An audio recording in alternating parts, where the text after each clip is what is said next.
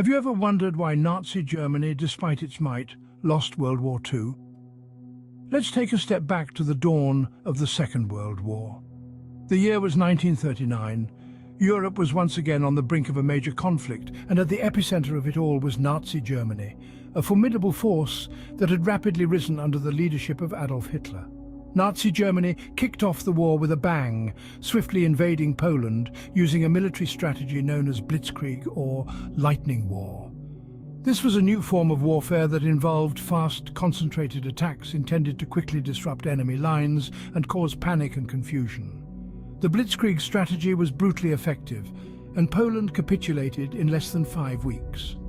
The world looked on in shock as Nazi Germany continued its aggressive campaign, invading and conquering country after country across Europe. France, a major power, fell in just 6 weeks. The Low Countries of Belgium, Netherlands and Luxembourg were also quickly overrun. At this point, Nazi Germany seemed invincible. Their strategy of Blitzkrieg had proven to be devastatingly effective, allowing them to conquer vast territories in an astonishingly short amount of time.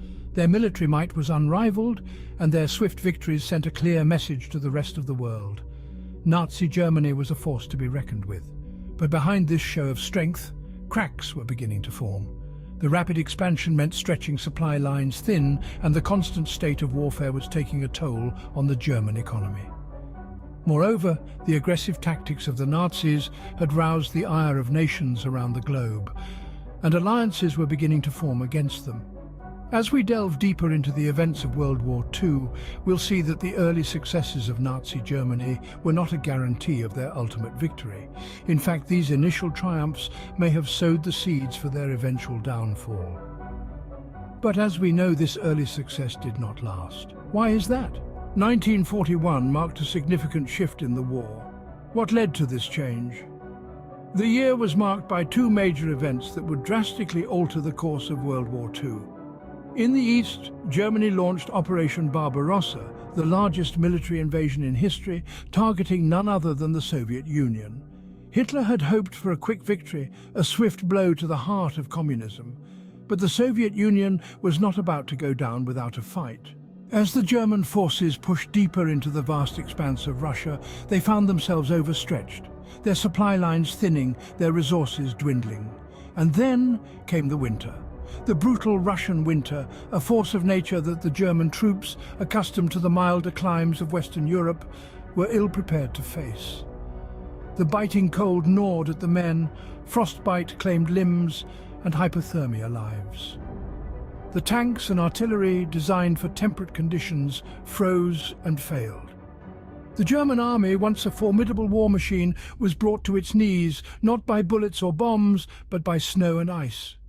Meanwhile, across the Atlantic, another storm was brewing. On December 7th, 1941, the Japanese attacked Pearl Harbor, drawing the United States into the war. The US, a sleeping giant, was now awake, its vast industrial might ready to be unleashed. And with this entry, Germany found itself facing a new enemy, one with fresh troops and almost limitless resources. These 2 events, the failed invasion of the Soviet Union and the entry of the United States into the war, marked a turning point. The German war machine, once seen as invincible, was now showing signs of strain. The Axis powers, who once seemed to be on the brink of victory, were now on the defensive. The tide was turning against Nazi Germany by the end of 1941, but the war was far from over. As the year drew to a close, the world held its breath, wondering what the next chapter of this global conflict would bring. The Battle of Stalingrad in 1942 to 1943 was a pivotal moment in World War II. What happened there? In the bitter cold of the Russian winter, a titanic clash unfolded, one that would forever change the course of history. The Battle of Stalingrad, named for the city on the Volga River, was a brutal confrontation between the Axis forces led by Nazi Germany and the Soviet Red Army. This battle was not only a physical clash of armies, it was a test of wills and strategies. Adolf Hitler, the German Führer, was convinced that capturing Stalingrad would secure the Eastern Front and cut off Soviet supplies. He ordered an all-out assault, disregarding the advice of his generals who were concerned about the harsh winter and extended supply lines. On the other side, the Soviets were determined to defend their city at all costs. Their leader, Joseph Stalin, issued the famous order, "Not one step back." This decree epitomized the Soviet resolve. They would fight to the last man, the last bullet. As the battle raged on, the German forces became bogged down in brutal urban warfare. The city turned into a maze of ruins where every building, every street corner became a battleground. The Germans were not prepared for this type of combat. Their tanks, so effective in open field battles, were useless in the narrow streets of Stalingrad. Meanwhile, the Soviet forces showed extraordinary resilience. Despite being outnumbered and outgunned, they held on, fighting fiercely for every inch of their city. Their tenacity, combined with the harsh winter conditions, gradually wore down the German forces. In February 1943, after 5 months of brutal fighting, the German Sixth Army surrendered. The battle was over. The Battle of Stalingrad was a catastrophic defeat for Germany, with over 500,000 casualties. It was a blow from which the German war effort never fully recovered. Stalingrad marked a turning point in the war, from which Nazi Germany never fully recovered. 1944 saw the start of a concerted Allied offensive. How did this impact the war? Let's delve into this pivotal moment in history. Picture this. It's June 1944. The Allies have been planning an audacious attack, an invasion that would go down in history as D-Day. The Normandy invasion, as it was officially known, was a daring gambit. This monumental operation opened a new front in Western Europe, a move that would ultimately tip the scales of the war in the Allies' favor. The invasion wasn't just about boots on the ground, it was a meticulously coordinated assault, involving land, sea and air forces from not one, not two, but multiple countries. The audacity of this operation cannot be overstated. Normandy was heavily fortified, and the German forces were expecting an attack, just not where and when the Allies struck. This element of surprise was crucial. The Allies had successfully established a foothold in Western Europe. Meanwhile, on the Eastern Front, the Soviet Union was making significant headway. The Red Army, having weathered the storm of the German onslaught, was now on the offensive. They pushed back the German forces, reclaiming territory and inflicting heavy losses. The Eastern Front was a brutal theatre of war, and the successful Soviet offensives were a major blow to the German war effort. These simultaneous attacks put immense pressure on Germany. The German forces, once seemingly invincible, were now stretched thin.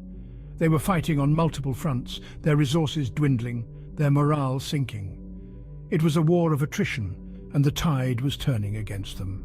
The Allied offensive of 1944 marked a turning point in the Second World War. The Allies had not only survived the initial German onslaught, but had managed to turn the tide. They were now on the offensive, pushing back the once formidable German war machine. By 1945, Nazi Germany was on the brink of defeat, but the final battles were yet to be fought. In the next scene, we'll delve into the dramatic final days of the Second World War. Stay tuned. In 1945, Nazi Germany fell. How did this come about? As the Axis powers crumbled, the Allies closed in on Berlin, the heart of the Nazi regime. The final battles in the city were fierce and brutal. Allied forces, a formidable coalition of nations, stormed the city with a strength and determination that was unyielding. The once invincible Nazi war machine found itself cornered in its own capital, outnumbered and outgunned. Around this time, a seismic event transpired deep within the Nazi stronghold. Adolf Hitler, the dictator who had led Germany into this global conflict, met his end. His death, shrouded in mystery and controversy, symbolized the inevitable downfall of the Third Reich. His vision of a 1,000-year Reich had been shattered in a mere 12 years. With Hitler gone, the remaining Nazi leadership faced a grim reality. The war was lost. The Allies had superior resources, more efficient strategic planning, and a resolve hardened by years of brutal conflict. Cornered and without a leader, the Nazi regime had no other choice but to surrender unconditionally. On May 7, 1945, Germany officially capitulated, marking the end of the war in Europe. The once fearsome Nazi regime had been reduced to a smouldering ruin. The world breathed a collective sigh of relief. The nightmare was finally over. And so, despite its early might and successes, Nazi Germany was defeated. The reasons are manifold: strategic mistakes, overstretching of resources, and the sheer determination of the Allies. But it's important to remember that victory wasn't just about military superiority. It was also about the spirit of resistance, the courage of nations under siege, and the refusal to bow to tyranny. The fall of Nazi Germany marked the end of World War II, but its lessons are timeless. Lessons of resilience, unity, and the enduring power of freedom. As we look back, we remember not just the fall, but the rise that came after, a testament to human spirit and the indomitable will to survive.